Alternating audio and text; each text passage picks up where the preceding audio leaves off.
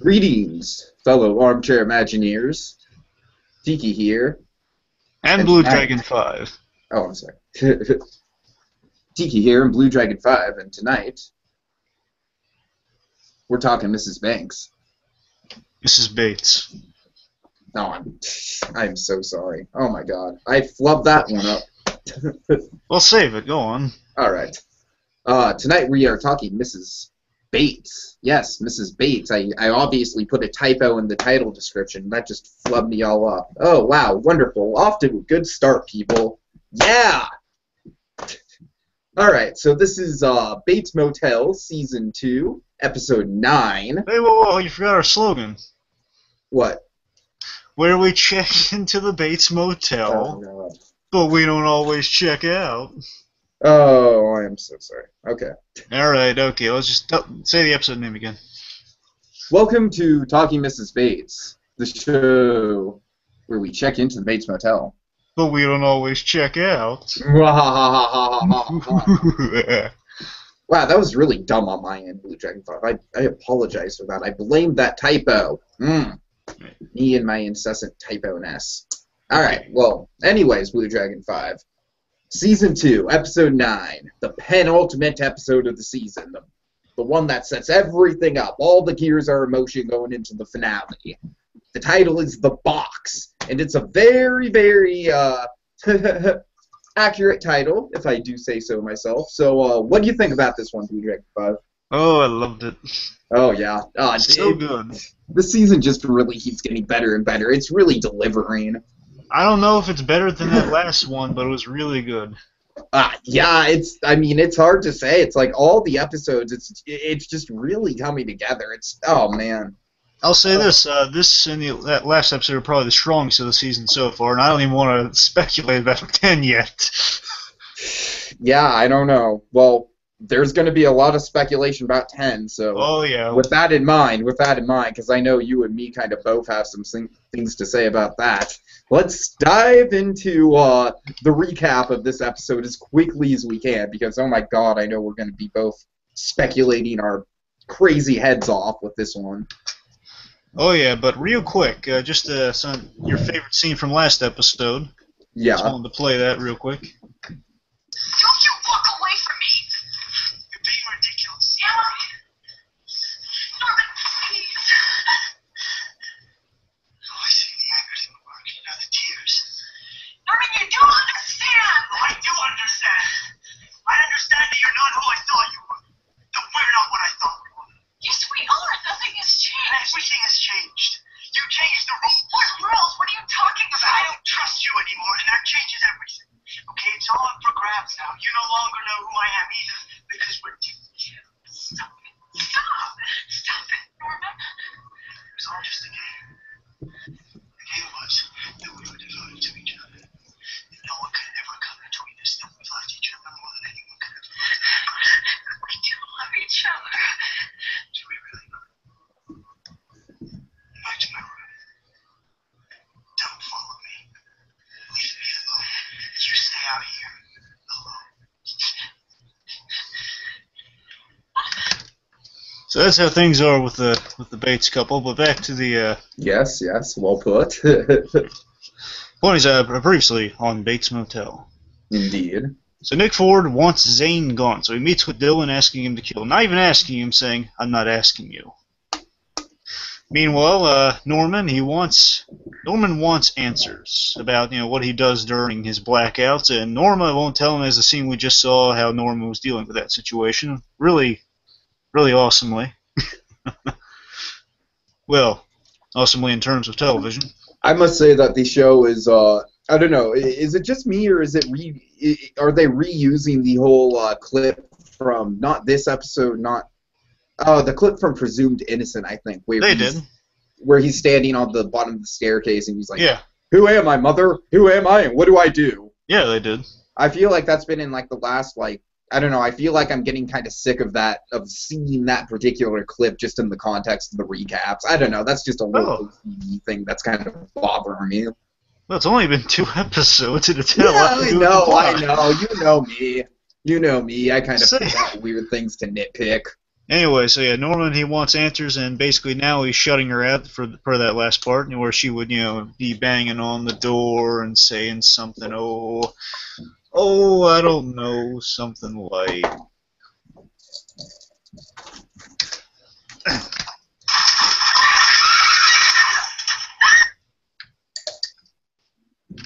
Something along those lines. Along those lines, yes, yes. Point is, so meanwhile, Romero's found out, and he's been grilling Norman, asking him questions like, I know you had sex with Blair Watson, what happened there? Basically, he wants answers. He's put the wrong man away. He wants answers about that. Norman's not giving him. He ran away into the house where he was kidnapped by Nick Ford's men. Well, not to forget, he ran out there because he was stressed grabbing his trophy.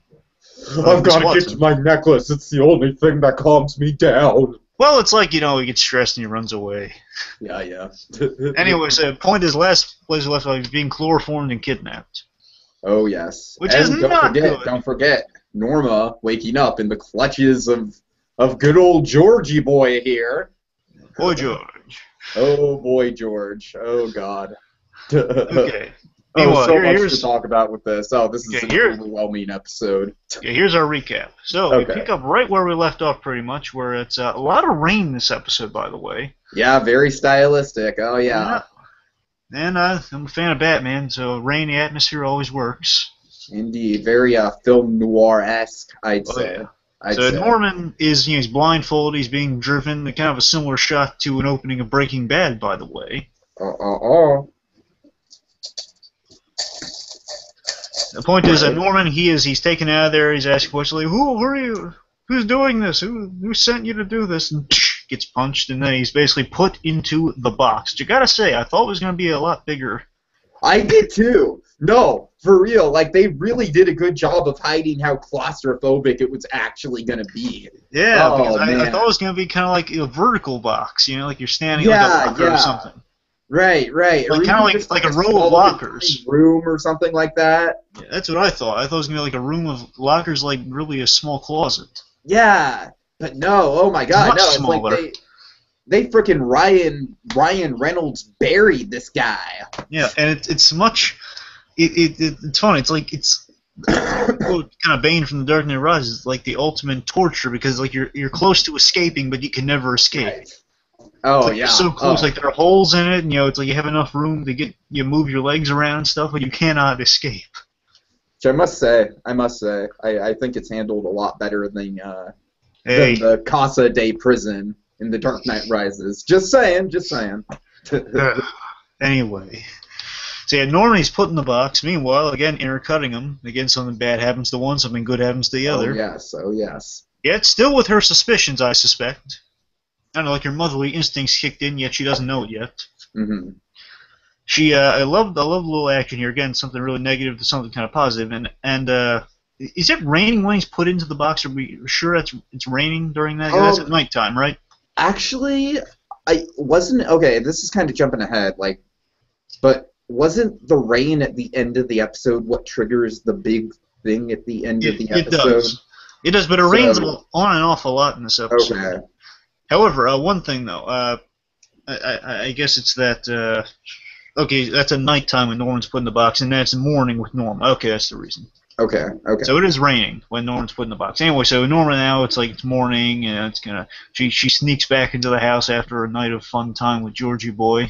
And she does. That's what we're gonna call him from now on. Well, we don't know if there's gonna be a from now on with this guy.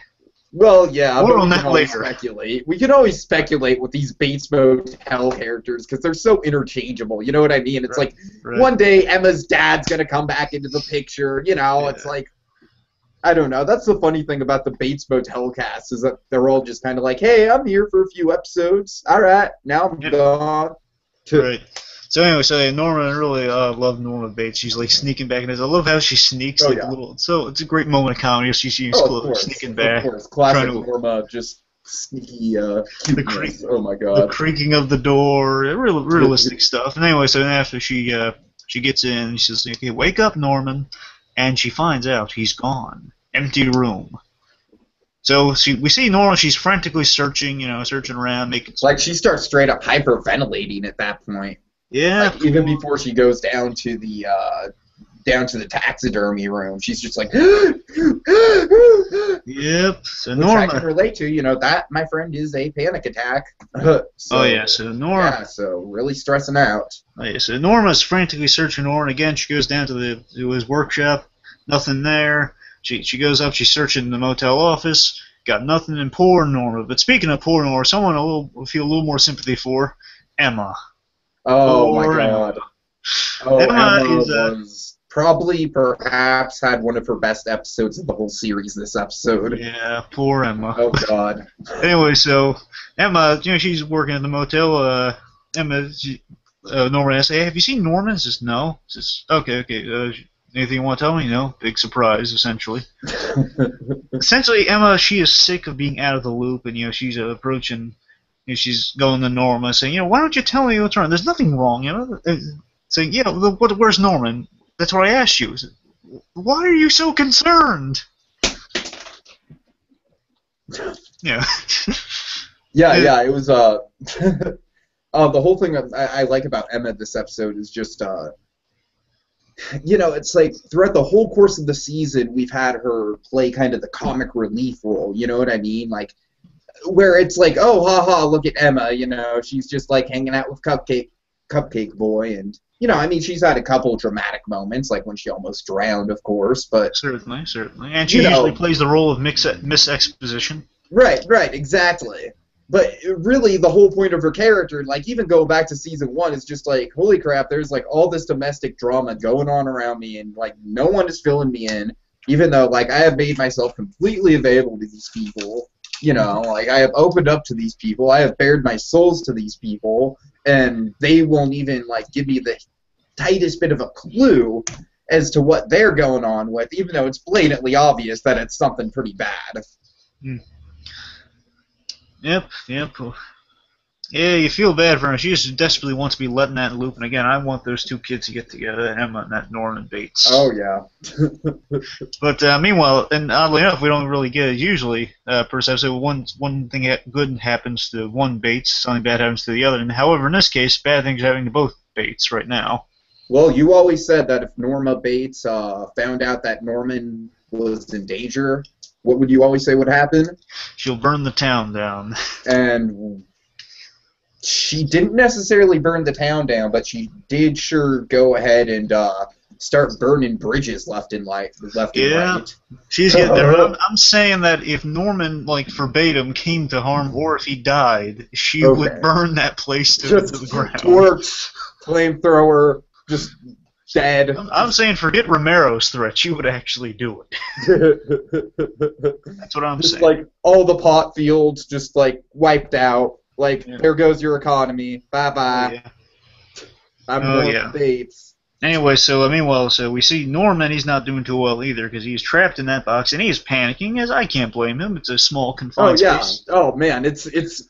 I must say, man, this is some of the best psychological horror that's ever been on Bates Motel in my book. Props to the set design and everything, because that box feels so dank. Like we get a sense of what Norman's going through in that box, and just like it's so like detailed in the sound design and everything. It's like you're hearing just like a little like the drips of the remaining rain. You see it piling up on top of the thing. Get the holes in there, which are terrible. Right. The holes in there are just really crazy. These holes and then things will drip into there later on. It's creepy. So disgusting. Let me know when we get to the scene that has him monologuing the old movie, because I have that pulled up. I'll get to that. Okay.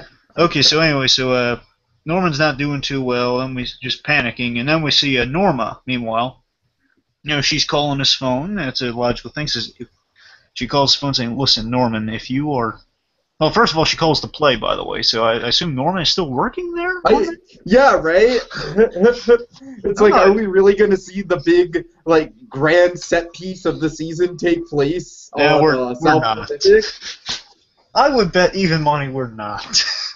I will bet the pennies in these jars that we are. Oh, we are not. Come on, there's not enough time. Yeah, maybe next season.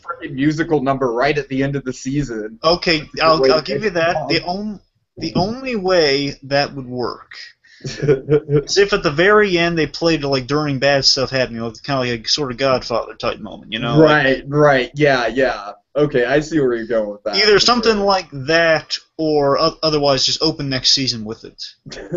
All right, but I digress. So what's next? So meanwhile, say Norma, after she calls to play, and they got no idea where he is. Which again, why is he still there if Cody's not? I guess he made a commitment otherwise. Well, yeah, I mean, Norman's always been more committed to being a stagehand than Cody was to begin with, because it is a very strong argument that Cody made. Get you ripped. But mother, you never cared about the theater. Anyway, so yeah, then she calls Norman's phone because she fears like he's mad at me, and that's why he's making me worried and sick over here, and saying, if you don't, I will put out an APB, not an APB, I will put out a missing persons report, and you will not like it. And she thinks Norman might be messing with her, but she still is genuinely worried here. So anyway, she makes the call, to take her mind off it by making the call to his phone. Hopefully he'll get back to her. Anyway, meanwhile, Romero, yay! Romero. Oh! Now, I don't know if you caught this, Tiki. Romero is meeting with his dad's ex-partner. Yeah, I knew he was meeting with someone important. I didn't catch that it was his dad's ex-partner. Okay. Yeah. Okay. I just assumed he was like some sort of like expert polygraph test guy. Yeah, but yeah, I caught that the second time. That's his dad's ex-partner. Nice. Okay. There's a history there.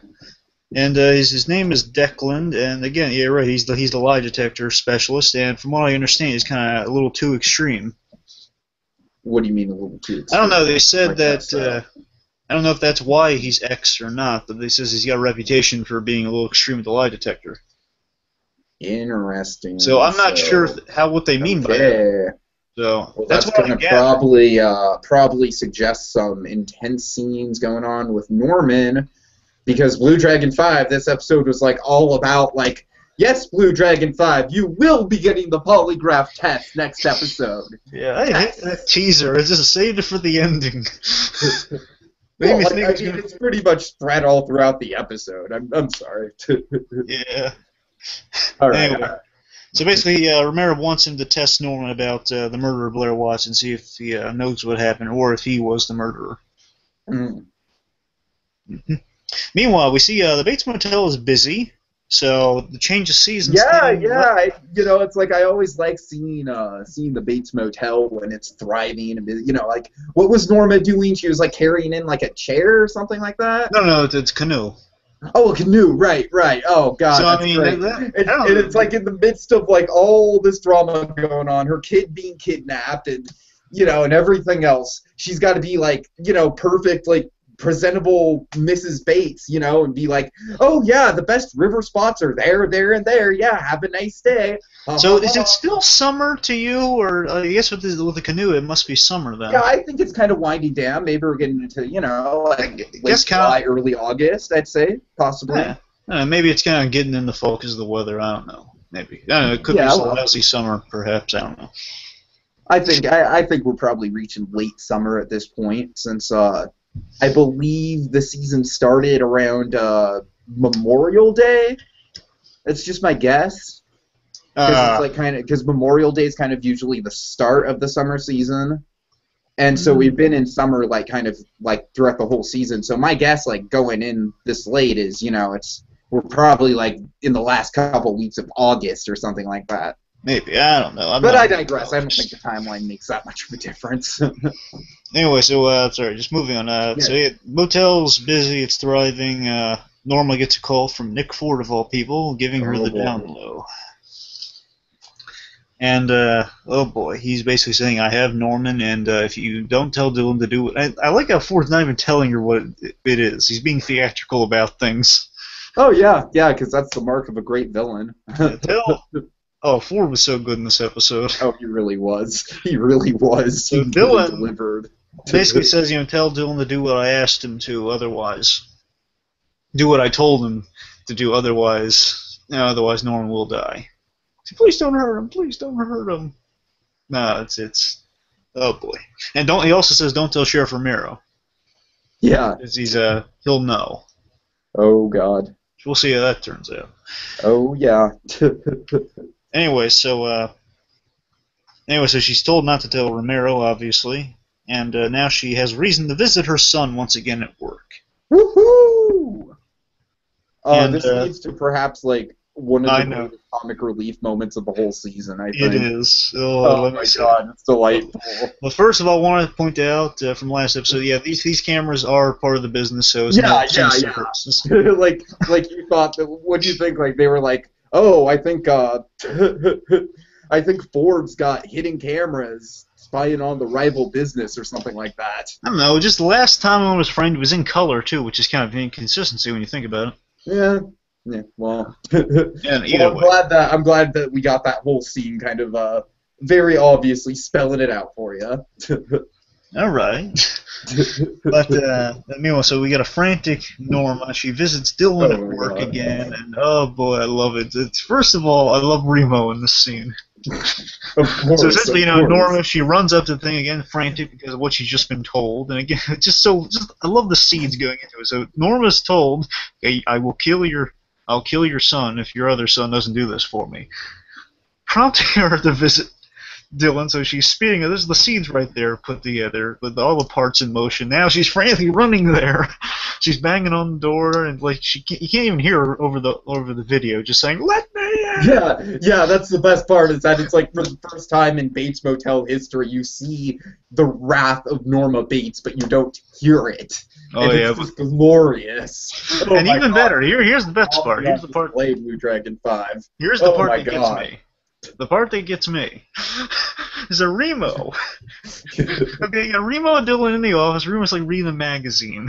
Dylan's like in the background, I guess, doing paperwork or something. And then Remo's looking at the security footage because he kind of notices like some crazy lady's banging on the door. He says, "Hey Dylan, I think your mom's here. She looks pissed or something. It looks like she looks upset." Yeah. And then they see her like yelling, pointing at the thing and yelling. It's like, "Let me in right now!" Oh my god! If you don't open this door in 1 minute, you're not gonna like what happens. And then basically Dylan, right in that instant, opens the door. What is it? What was that? Or better yet, he says, better yet, he says,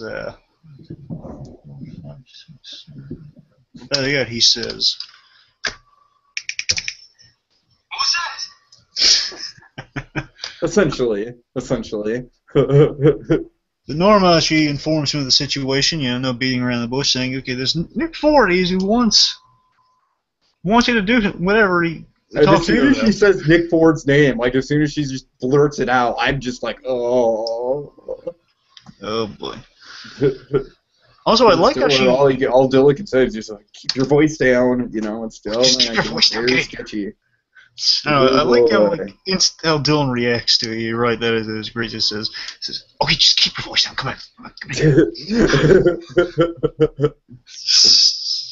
Anyway, so yeah, she's telling him all that situation. At first, she blames him, by the way. Says, "Oh, your fault for getting involved with this Nick Ford. This is my fault."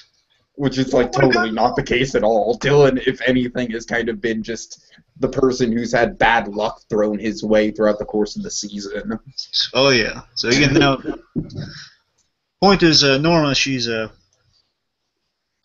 finds out that the thing has been asked of Dylan is to kill his boss, and she says, "Well, you have to do it." What, you want me to kill him? I can't kill him. Well, I like how it's like at first, Norma's just like, what is it? What is it? I'll help you with it. What is it?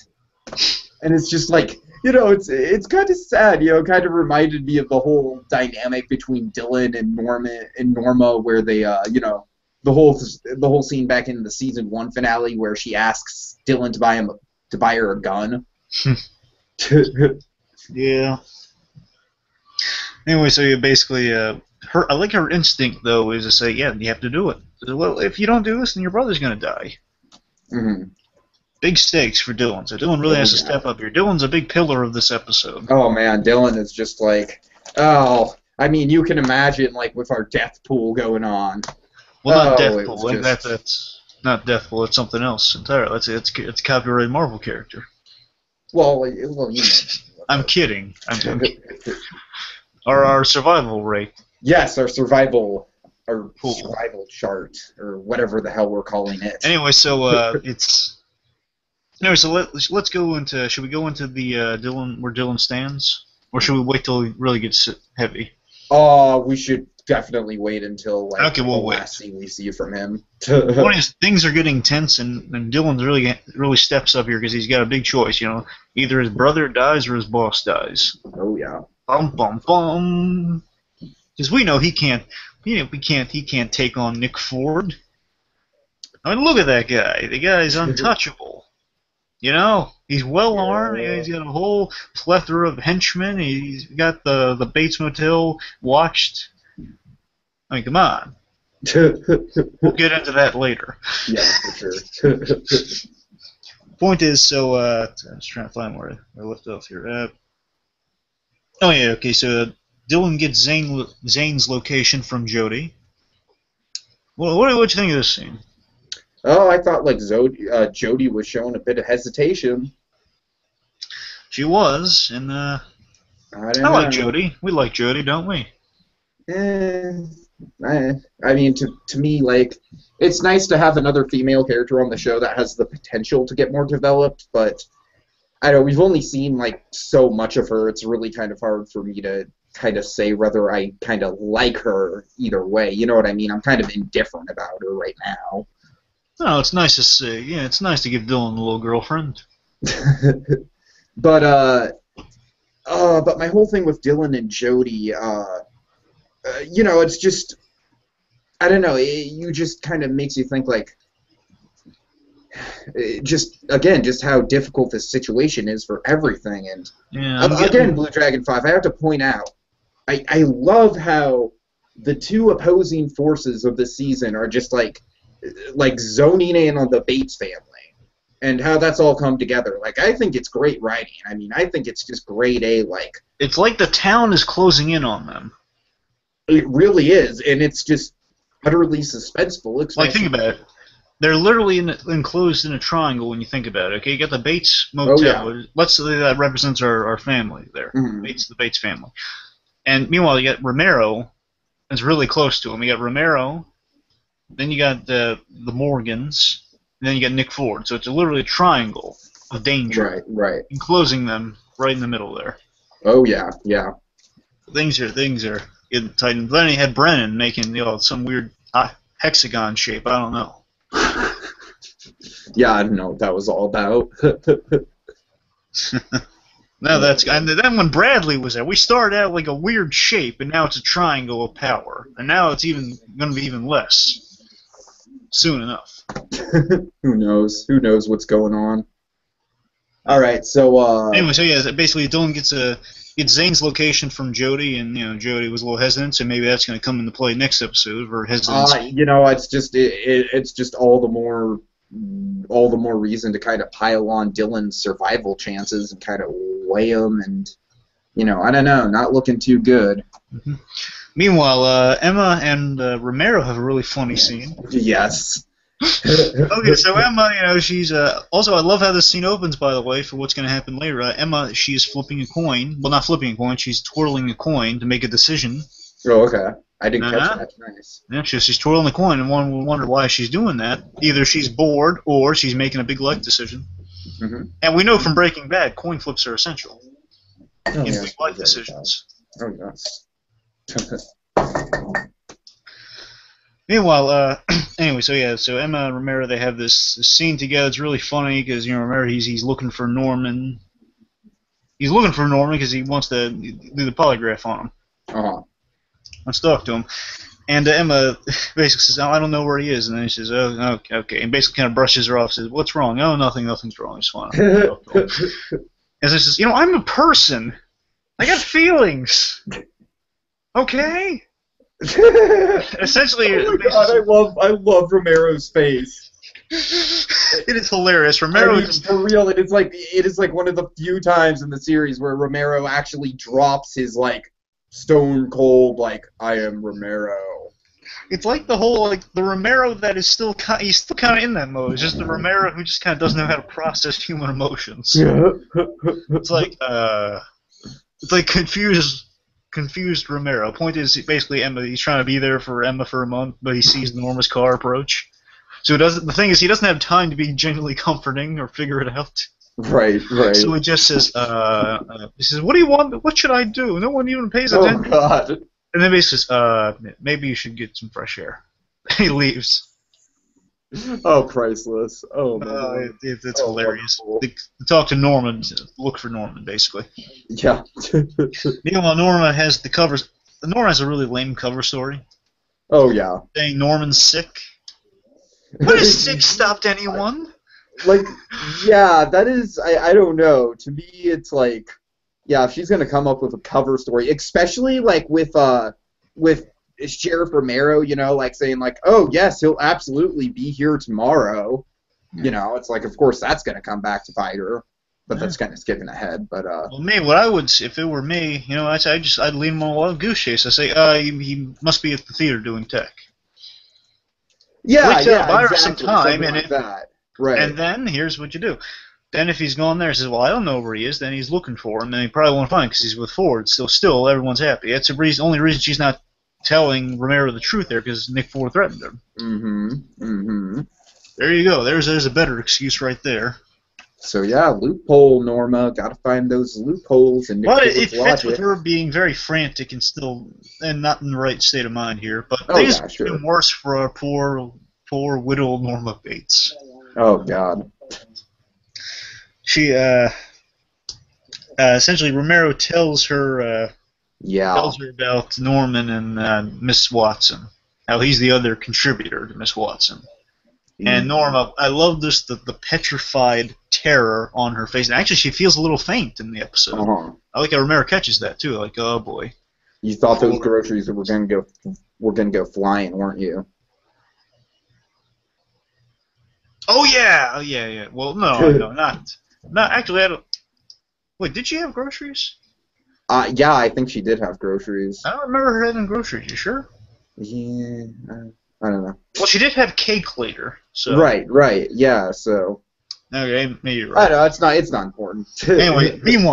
Anyway, so yeah, basically then she's feeling faint. She gets in there and she's just sobbing by the door because she has no poor Norma. I feel so bad for this episode. Heartbreaking. Just really, just Vera Farmiga just brings it. We can all feel for a mother who's kind of, her child's in mortal danger and she can't really do anything about it.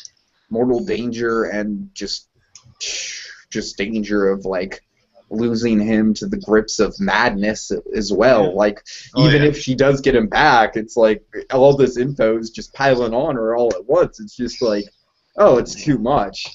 Oh, yeah. Oh, it's just absolutely how any human who's gone through a lot would react to something like this. It's just like, oh my God. But something even better. What's happening? Yeah. Before she just kind of breaks down, she actually, I believe she calls Norman's phone and leaves him right. Okay, good. I'm glad. Which has a lot to do with the scene we're going to come to soon. Mm-hmm. Basically, calls and says, Norman, just know whatever I do because I love you. Right. It's a nice scene. Anyway. No, it was nice to see her like kind of put her emotions in check, like just for a little bit longer as that kind of tidy and professional Norma Bates before she just loses it. Oh yeah. Meanwhile, okay, so now we're at the part where Norman's reciting the film. Okay, I got this all pulled to avoid panicking. Basically, so Norman he's reciting this whole film like scene beat for beat, basically like we're doing, only for a movie. To keep himself from panicking in this enclosed space. And go ahead. Okay, so this film is called Meet John Doe. It is a 1941 American comedy drama directed and produced by Frank Capra and starring Gary Cooper and Barbara Stedwick. You sure it's that film? I am absolutely sure. Okay, I'm just making sure. Absolutely sure. So yes, that is the one we are dealing with. And the quote, dear sir. I'm going to talk about us, the average guys, the John Does. If anyone should ask you what the average John Doe is like, You couldn't tell him because he's a million and one things. He's Mr. Big and Small. He's simple and he's wise.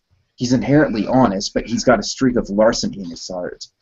He seldom walks up a public telephone without shoving his finger into the slot to see if somebody else left a nickel there. Look out for the John Does, especially when they realize just who they are and what they're capable of. And their eternalized mothers start wreaking havoc. Oh Here. boy. Yeah. Wow. That Right? is a lot to do with Bates Motel. Doesn't it? Okay, That's you want to go impressive. through this? Just like kind of take it in a couple chunks. Sure. Lead the way. So just really quickly, like, of course we have the whole thing about internalized mothers start wreaking havoc. Like, okay, that's pretty blatantly obvious. Let's see. Especially when they realize just who they are and what they're capable of. I mean, it's like practically it practically totally summarizes the ending of this episode. It's beautiful. Yeah. Well, I love how they work in classic movie quotes like that. I did not pick up on any of it. I just wrote it off as it was like the old movie he was watching. But it's not. So, I mean, that's much better. No, Norman Bates, he, even in moments of crisis, man, he knows his classic film history. He knows his lines. Oh, yeah. Give him credit. Okay. So, meanwhile, this is punctuated by a little glimmer of hope. Those Nick Ford's men. Yes. Nick Ford's men come by and they basically they give him a sandwich and they give him some water. Kind of reminds me of some Breaking Bad, like Tuco, Tuco hostage situation. Does it? I was thinking. You? Yeah, you're right. It does, but now I was thinking more so like even Nick Ford's men can treat a man to a beverage after a long ordeal. See, Nick Ford's men, they got a little more class than the other one. Yeah, very true. All right. They're not the most civilized bunch, though, because then they chase Norman after he makes a plea. Because can you blame Norman? He sees an opportunity, he takes it. No, and I was like, "Go, Norman! Yeah!" Yeah, I was hoping he was going to get away, but I was too. No, there's no escape. And however, there's a problem here. Not problem. I'm saying something bad happens here. Norman. Well, no, it definitely creates some problems. I'd say it's safe to say it's a problem. And some unresolved questions. Oh, yes. But Norman, he falls, but then out of his pocket flies his little trophies. Oh, God. His Miss Watson's pearls and a little news clipping. And they. Okay, so I want to make one thing clear. I'm pretty sure the main guy who's been handling Norman is, in fact, Eric. Really? I'm pretty sure I heard his name. Do you remember what he said about Eric before? He said Eric was like basically an associate who just handles business for him. I'm pretty sure we have our Eric. I'm not sure. I don't know. I mean, he might have more of a reaction. Because Eric, well, think about it though. Eric, as soon as the guy who picked up the photographs, and the necklace picked up, as soon as he saw that, he knew exactly what it was. He knew what the ramifications were. He was very intimate with Blair Watson, and Eric is the guy that Ford sit down to, to kind of be the messenger between the two to kind of bridge the gap. And of course, it didn't work out, as we saw in that famous, very misleading phone conversation from season 1. But no, I don't know. You might be onto something. The necklace. You might be onto that. Someone have to check the credits or the cast list to know that for sure. But you might be onto something. That'd be kind of cool if it was. I was expecting to have more reaction. Like, in addition to punching, I expect him like the throttle and saying, "Who is this?" It's Eric. No. No, not him. I mean the picture. Like, what do you know about this? Oh, yeah, right. Why do you have this? Anyway, so now they have the pearls and they're going to turn that into the boss. But first, poor Emma, she quits. She gives her 2 weeks. Oh, God, this is the single most heartbreaking scene in the history of the show, I think. What do you think? We know she's not out of the game, though. We know she's not out of the game, but it's still just like... It is sad. I was really crushed by this scene. I really was, man. Let me make this it really statement. got to me. In terms of Emma in this episode, I just wanted to reach out and give her a hug. I felt so bad for her.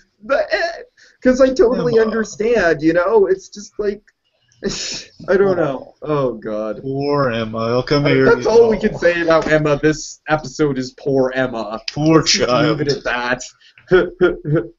So anyway, poor Emma, she gives her week's notice, and the reason being, she says, well, I feel, you guys led me to believe I was like family here, but you're not telling me anything. I don't feel like family anymore. You guys are excluding me. Like, you don't like me or anything. You feel bad for her, and then basically, I think in Emma's heart, she was just expecting Norma to kind of let her in. Right, but, right. Norma saying that would be the only thing, but I think Norma right now she's got too much on her mind right like now. I said, she can't deal with this. Bridges, man. Like she is in bridge burning mode. Oh yeah. So she's like, you know what? I need to cut off all ties it takes to find Norman. That's the only thing that's important right now. As for you, Emma, yeah, you're a sweet girl, or you're a nice girl, as Norman would put it. But just sorry to see you go. No more reaction besides that. Not like Miss Watson, because we all know Miss Watson. I don't think you're a nice girl. Norman would say. I don't think you're a nice girl. To Miss Watson. Oh yes. Oh God. Oh God.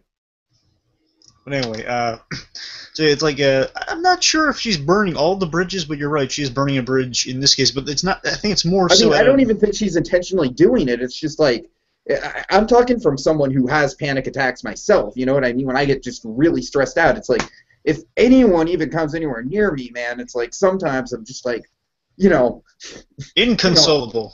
Yeah, exactly. Like, I am not pleasant to be around, without getting into any more detail than that. Right. But, she is kind of burning a bridge right here, because Nora, she's been through the ringer, and still she's got her child's missing, but yet she can't tell anyone, she can't let her in. It's like, it's really heartbreaking, because she kind of wants, I get a sense just looking at her, she wants to let Emma in a little bit.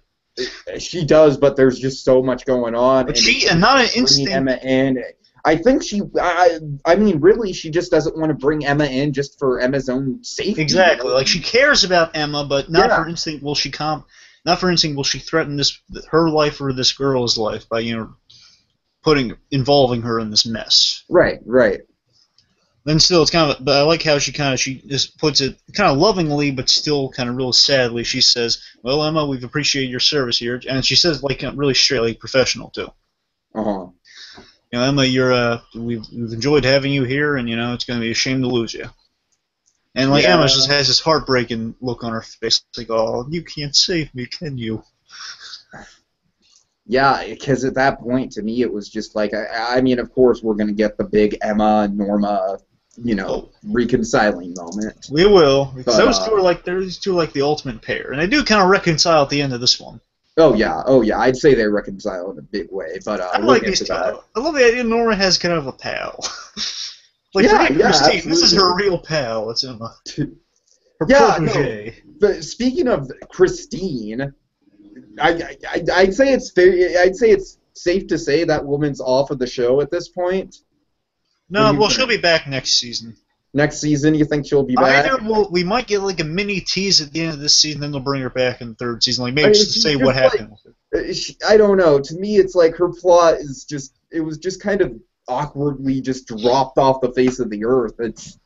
I don't know, but George definitely got some interesting development, so I'm excited to talk about that. But I know they're gonna do something with Christine next season, assuming a major character doesn't die at the end of this season. I assume Christine will have a big part next season. Okay, well, I don't know. You're kind of we thought Emma's dad would have a bigger role this season, and look what happened with that. Exactly. So who knows? Small verbal cameos mentioned. Anyway, so by the way, a little bit here. So now we're back in the house after she goes back in there again. Norma, she is just destroyed emotionally. Oh. And but I want to point something out though. I noticed here. I mentioned cake earlier. Yeah. I couldn't help but notice there was like a plate with a fork and what looked like a cake or cakey material. Oh boy. I'm just saying. So is Norma stress eating? Or she I don't know, just the timeline given, I would assume that she had that cake after she found out Norman was missing. I mean, that could very well be possible, you know. I'm not faulting her for it. I'm just saying it's picturing in my mind. Okay, well, Norma, she's emotionally drained, so what does she do? She has a nice piece of cake to calm her nerves. No, it just sounds. I just want to point out because it sounds a little funny to me. Yeah. Like she's all stressed out, you know. She's cutting the cake, like, and then she has the cake. She's like, yeah. Poor Norma. Anyway, however, she didn't really eat the cake in the scene. It's just there. It's just eaten already. But right. She makes a call to Ford's office and basically says, everything's a go. Basically saying, yes, we're taking care of what you asked us to. Mm-hmm. Also, we get a great shot transitioning from this scene to Nick Ford, who's being handed the pearls, and the camera whirls around. Oh God, it's classic James Bond film. And it's like almost he's the devil or something, because the fire reflected on his face. It's perfect. It's so deliberate. It's just like this is our baddie, ladies and gentlemen. It doesn't look like we're gonna get the scene I was looking forward to with Nick Ford this season, but more on that later. But still, though, it is like the build-up to it's still pretty good. Yeah. It's like you're expecting him to have big questions for Norman. Right. Okay, here's a huge scene. Here's one of our huge scenes this episode. Okay, so we get a reference to Psycho here. Is there a guitar in frame? What? Oh, nothing.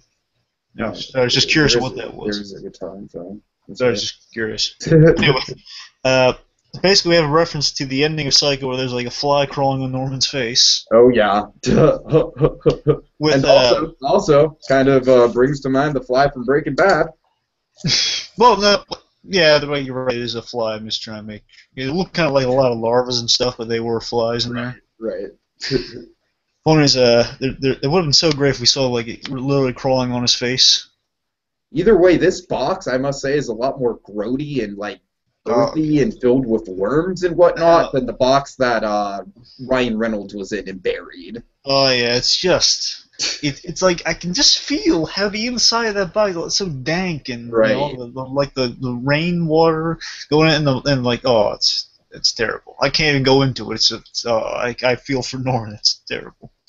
Yeah, this was quite a torture, quite a metaphysical journey. And I love that shot that opened our episode, by the way, of him propping himself up with the taped hands and then going, "No, help me!" Oh God! Oh, it's just chilling. It's just chilling. I mean, Highmore just nails it. He just nails it right out of the park. I should have mentioned this. Every scream, every yell he does, it's just like, oh. Yeah, I should have mentioned this earlier, but he keeps topping himself each episode. I mean, he really does. The beginning of this one, I mean, he doesn't seem at all like Freddie Highmore, like the actor Freddie Highmore at all. He just seems like he is full on Norman. He's like pushing Anthony Perkins to even more. It's like he's full Anthony Perkins was put in a really bad situation. Right. Which is really awesome. It's like, oh man, we're seeing Norman Bates pushed to the brink, and just completely Norman Bates here. Oh, it's fantastic. When he's just yelling at the beginning. But anyway, so here basically, you got these slugs that are dripping in from the little air hole, like the little corroded parts of the big opening hole, which is going to be important later on. Yeah. Always like the slugs are dripping in. Point is, Norman's freaking out as I would also. It's so creepy. It's like turning into a Fear Factor challenge. Oh yeah, and again the fly reference being at the end of Psycho, fly crawls across his face as a smile. Yeah. Anyway, so essentially he imagines Norma.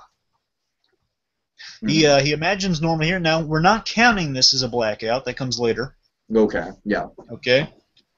Actually, well, we'll get into that later. Point is, he's imagining Norma here because he's panicking, and he has a memory of Norma. Basically, actually, he just hallucinates Norma saying, I love you, Norman, and I'm always there for you. So she has a really great quote though. Says, "Everyone's mother lives inside them." Yeah. Oh God. That is implication. And it's harkening back to that little quote you had. Right. Oh yeah. Oh yeah. Actually, would this count as a blackout in place of the other one later on? Because the other one's just a memory. No, I thought the other one. I'm saying he's in a very stressful state right now. Would this count as a blackout? I mean, honestly, I'd count the whole episode as one, and I think it's kind of arbitrary to rank like either this one or the other one. I think for the whole episode, for the whole episode, he's kind of like drifted in and out of blackout mode, as one would be in a crazy situation like that. I would say this one with a little more constitute, but yeah, let's just count it all as one. Yeah, so I think that's just the you know. So let's just you want to count it right now? Sure. Yeah, so our blackout count is how many for season 1? Season 1 was 6. Season 1 was 6, and how many this season so far? This season, I believe we've only had 2 or 3. 2. 2, and now counting 3 with this mode, because he's drifting into blackout mode, and this he's drifting into blackout mode particularly when he starts to hallucinate his mother, and this is like a mother that's really, it doesn't seem like an old memory. It seems like this one she's literally talking to him, so it seems right. Like, okay, good point. So when Norma is in his mind, I guess that counts as a blackout. Yeah, I mean, to me, it's like whenever he just gets that, like, you know, like the glazed over expression when he's in the closet and he's just like not cognitive, which I think happens later on when when the storm hits and he has the whole, you know, revelation. Fair enough. Fair enough. No, but you know, but like I said, let's just count as one. Regardless, okay, so we're at the 3 for the blackout meter this season. Yes. Okay, anyway, I like how this season it's like he doesn't really black out all the time, but it's all kind of about the ramifications of what the blackouts mean for him. Right. So. All right. Let's see. Okay, so now. Okay, it's like this. Really, that whole scene though. I want to say it's kind of it's comforting yet twisted. It's like she is saying some really nice things. Oh yeah. In the hallucination, basically, you know, it's Norman in bed first of all. Right. He's like in a comfortable bed instead of in a little danky box. And you know, Norma's going there basically saying, "Oh, Norman, I'm here for you." And essentially, everyone's mother loses time. Just remember the sound of my voice whenever you get scared. Oh boy. Essentially. And it's nice sentiment. It's genuinely nice sentiment, yet really creepy when you think, especially given his Norman. Oh yeah. Oh yeah. It's a really cool scene. Wouldn't you say? Just laying the groundwork, just more and more. It's like the frickin' Norman Bates psycho train is just gonna come crashing in. And it does stop him from panicking. It kind of gives him like this smooth wash of release. Yeah, that is true. Yeah, in a way, you can kind of use it as almost sort of a meditative tactic. Exactly. Which is weird. His mother is his salvation in this terrible situation. That might kind of play on him, well, perhaps for a moment later on, kind of easing over the guilt he has a mother, especially when he finds out later on. The big secrets are gone. Right. Yeah. Okay. But anyway, so Dylan, he brings groceries to Zane. Yes. Oh God. Oh, this was just the most sketchy scene ever. Oh yeah. Dylan's survival rate was starting to plummet.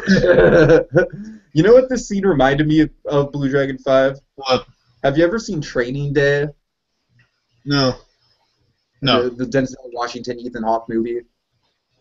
Mm-mm. Oh, well, let's just say in Training Day, there's a scene where a character goes to a ghetto, you know, like it basically goes to like a gang compound. You know, kind of a Breaking Bad style Tuco compound almost, I'd say.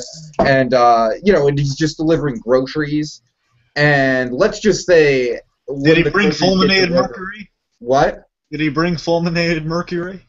No, I don't think so. But let's just say when the groceries get delivered, not to spoil that movie for anyone, but bad crap goes down. So, yeah. Yeah, very much got a Training Day vibe.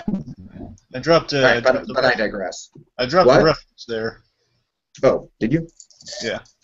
Remember explosion. Right. I'm sorry.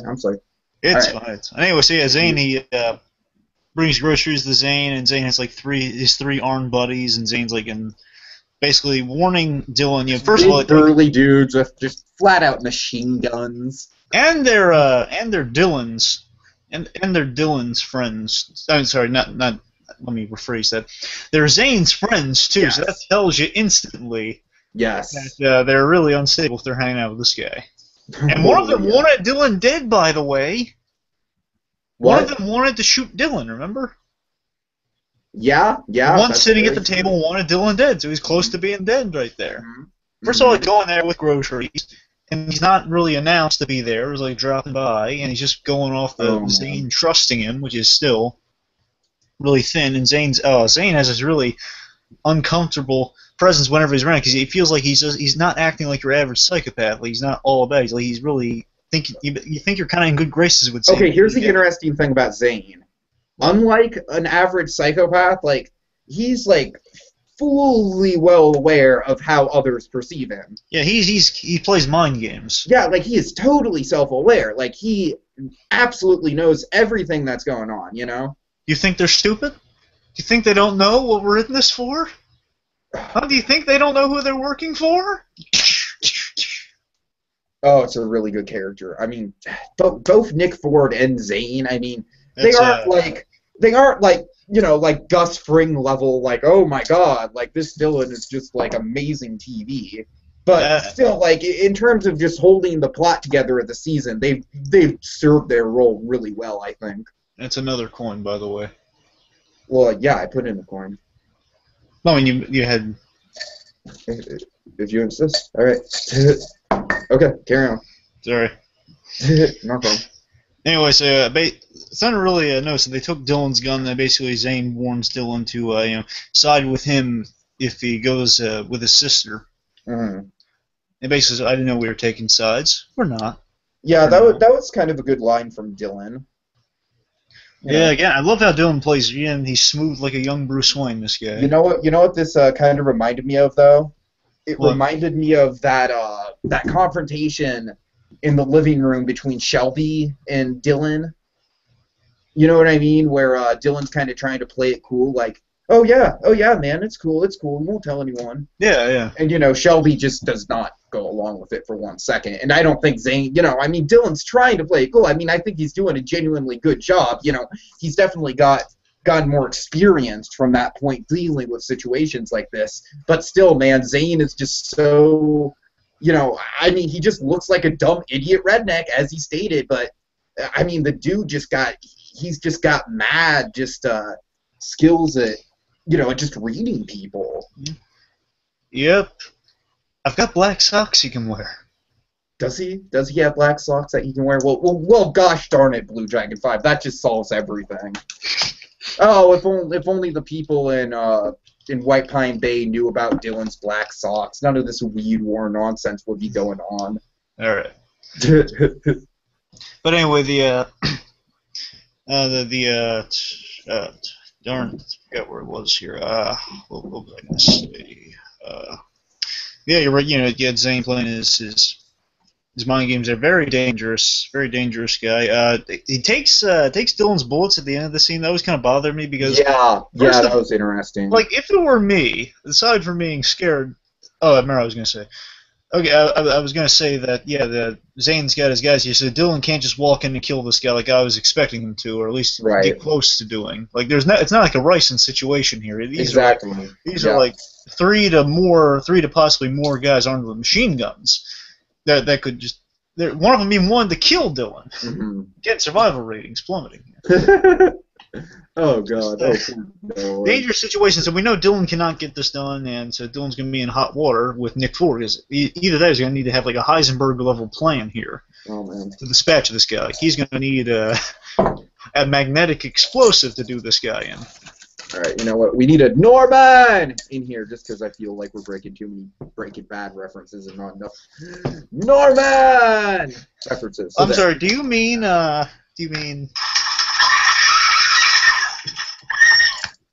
Yes, like that? Yes. Okay. Okay. You know, just to even it out. You know. Okay. Just to keep the flow going. But yeah, the thing that bothered me is like it's kind of a mundane thing in my mind. But what I'd love to see the scene end with, or at least what I would do in this scene, is I'd say, well, wait, are you gonna send the bullets down after I leave, or how am I gonna get those bullets back? So you took his bullets. What if he runs into trouble later? That would be a classic Dylan. What was that style situation? Yeah, classic. Classic. Sorry, it's finding it. Classic. Ah, darn it. Darn you, mislabeling! Darn you! Darn the luck. Darn the luck. Darn the luck. Darn it. 1, 2, 3, 4, 5, 6, 7, 8. No, here we go. What was that? Yeah. All right, there we go. Totally worth it. Anyway, sorry. Back to the points. I would delete. Through his bullets. What if it runs into trouble? And he said drive safe also, so it's kind of zany, just interesting to say. I kind of want you dead. Oh yeah. So, oh boy. Oh Yeah, man, not looking good. I mean, and yeah, I must say the grocery delivery, not exactly the most subtle. And it's like I love how Zayd is just so overt about it. Like, oh hey, look, he brought me groceries. Isn't that nice of you? Isn't that nice of him, guys? Wow, you brought me groceries. Like, Yeah. Did you pick up on that? Like, I was just like, I love the way he kind of like reveled in how petty of an excuse it was to get into the house, because he knew exactly what was going on. I mean, of course he did.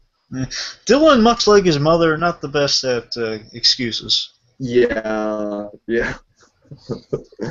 Oh god, that is kind of a character trait of his. Yep. Meanwhile, I guess all around things go badly for all the Bates clan.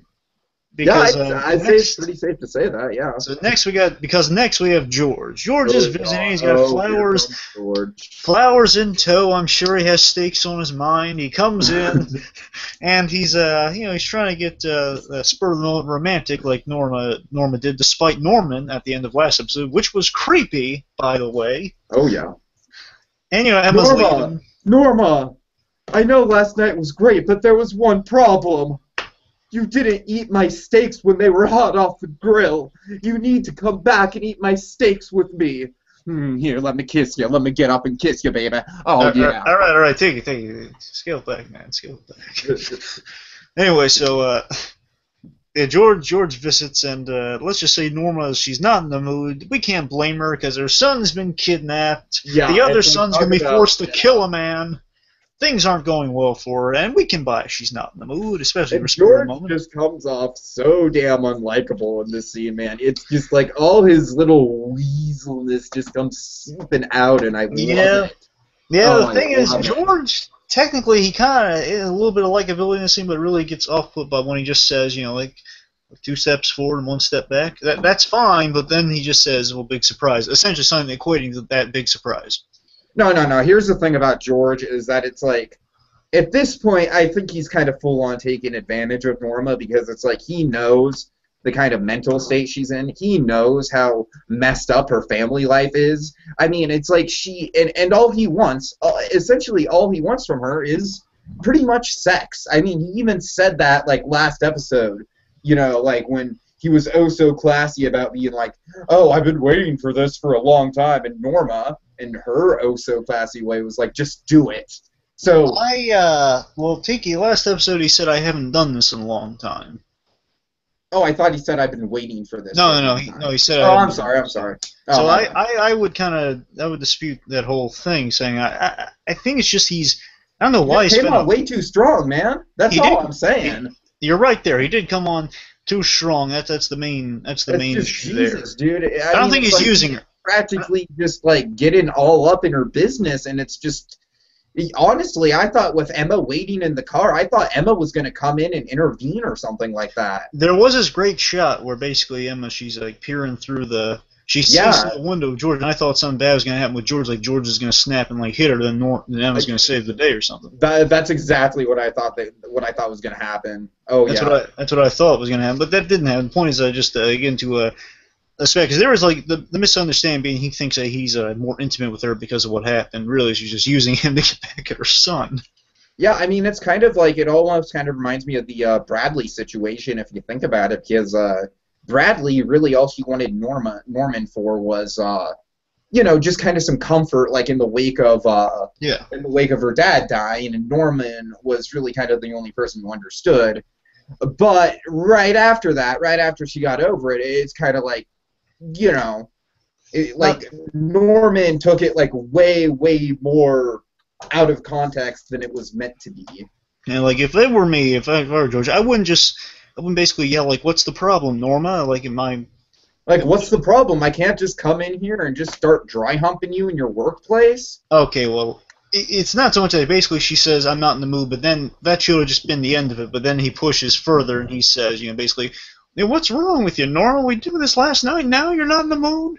Oh, God. Essentially, that's the problem. When It's he just all kinds of uncomfortable. Yeah, that's when he becomes unlikable, but he has somewhat of a point, but he's really not in the right, though.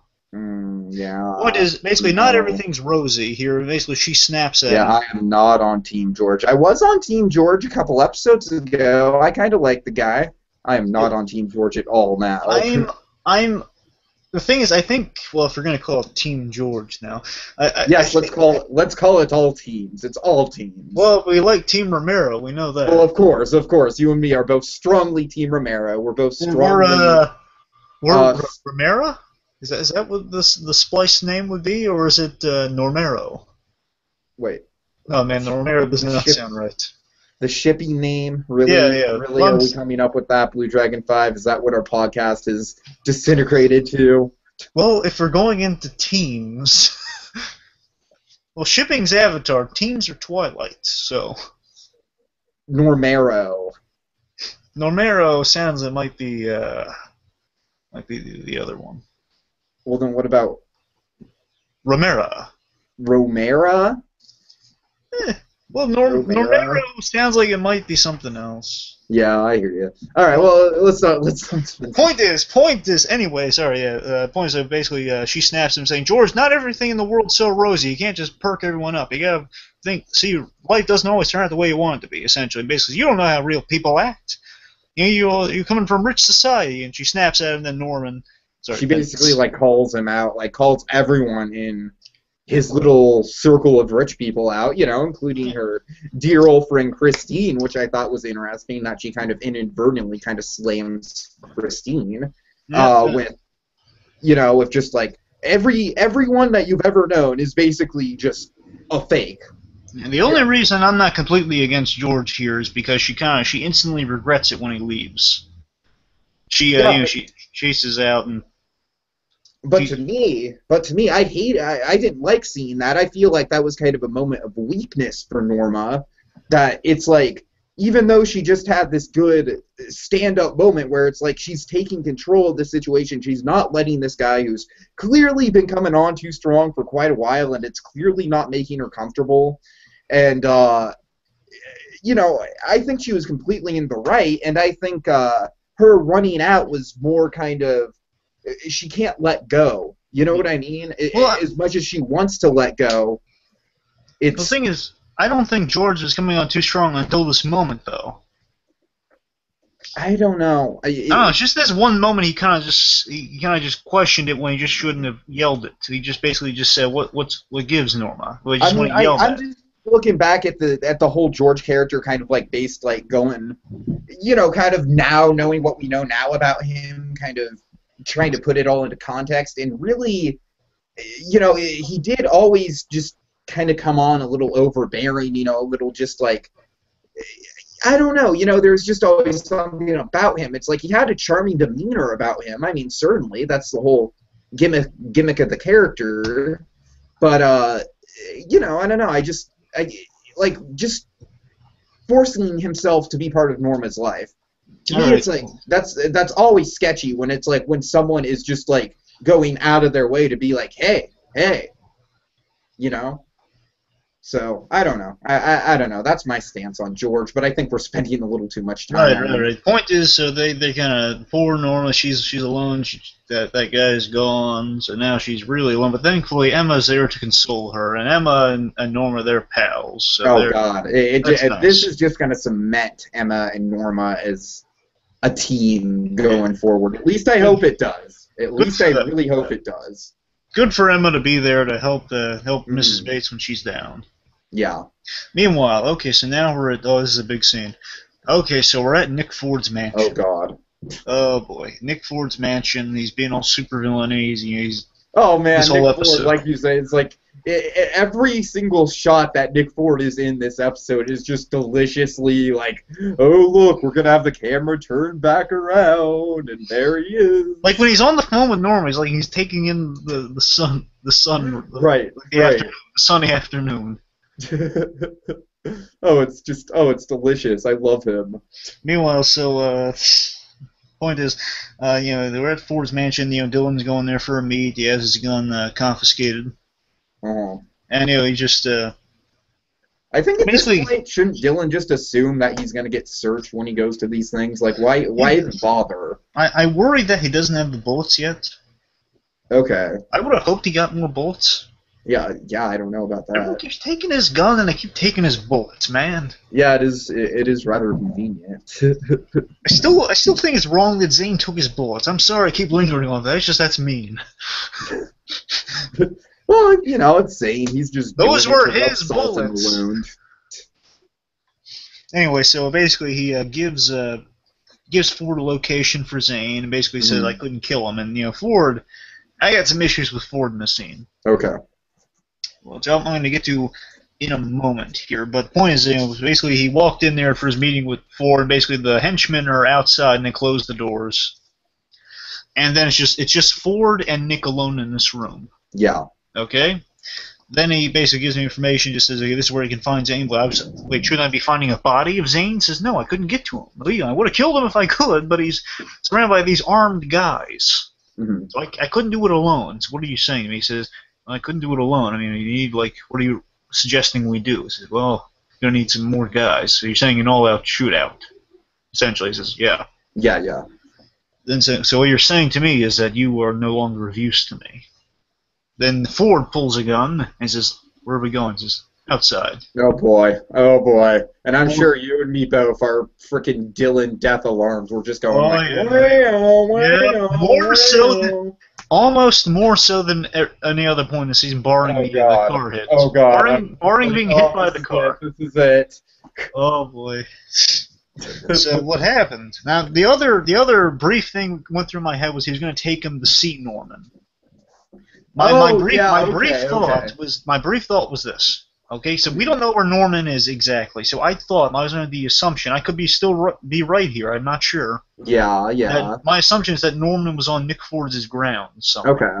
That's my assumption. I could be wrong on that, but I'm saying it's a wooded area behind his house. Sure. So, point is, I thought he was going to, just going to use Dylan to basically pay him off halfway for basically use Norman as proof that Norman's alive as insurance, but basically give Dylan some men, basically lead him at the shootout, is what I thought was going to happen. That's what I thought was going to happen. Basically, see, okay, your brother's alive, so now you're going to do the other end of this deal. I'm going to give you some men. You're going to go there to Zane Morgan's house, and you're going to shoot up the place and kill him. That's what I thought was going to happen. Yeah. However, basically leading him out there, presumably to kill him. I mean, it seemed pretty grim. It seemed pretty just like, okay, just get behind the barn and die. Then instantly, Dylan, when he gets close enough, he grabs the gun. A struggle ensues, and he grabs one of those fireplace burners, whacks Nick Ford a couple times, then hits him right in the face and kills him. Nick Ford is a goner. He is dead. Dylan's trying to ask him where Norman is. Are you sad about this, BlueDragonFive? A little sad, yes. I'm pretty sad about this. I'm saying I still wanted that scene of Ford talking to Norman. Yeah. Yeah. You know what I hope? I hope that maybe, last chance for the Ford character, maybe he just gets brain damaged. Oh, he's dead. No. You think he's just dead? He is dead. Oh, it's frustrating. It's frustrating, BlueDragonFive. It's like I know the main focus of the show is Norma and Norman. I mean, of course. But villains make it so much more fun, and I feel like all the villains in this show... But here's an interesting idea, though. Okay. Now, here's an idea. Now, here's my gripes and also my idea for this scene here. My gripe is, Nick Ford, usually he's been a great businessman. However, up to this point, though, makes some questionable decisions. First of all, he's got a bad security team. I'm saying, if I were a powerful guy like Nick Ford, I would keep one of my men inside the room. Mm-hmm. At least one. Right. I'm saying it's one thing to make your men wait outside. I'll justify it by just saying, okay, well, he had him searched and basically his men outside the room. He didn't expect this to happen. So regardless, Nick Ford's in the right in the grand scheme of things. I'm just saying, if it were me, I'd be uber secure and I'd have a guy on the inside. So regardless, he has bad security because they didn't hear any of that going on. They're not waiting by the door. That's all I'm saying. Yeah, that's a good point. That didn't even cross my mind. I want to point that out. Second of all, however, but in terms of business practice here, now, if it were me, well, I shouldn't just say, I don't want to sound pretentious saying that. I just want to say a point is, if I were Nick Ford, I would, he basically says, I have no more use for you. No, you still got use for Dylan. He's basically the first target here to lead him in there. He's your... Right. He's the one who's going to get you through the door, and the other men are going to shoot the place while he distracts him, and then if you kill Dylan, you kill Dylan. In that shootout. So regardless, you're sending him in there to do the job. So he's still in the palm of your hand to do what you want because you still got his brother. Do you think perhaps Dylan overreacted and Nick Ford was going to set him up with a group? Well, regardless, that's only assuming that he would only have a gun on Dylan if he was going to show him Norman.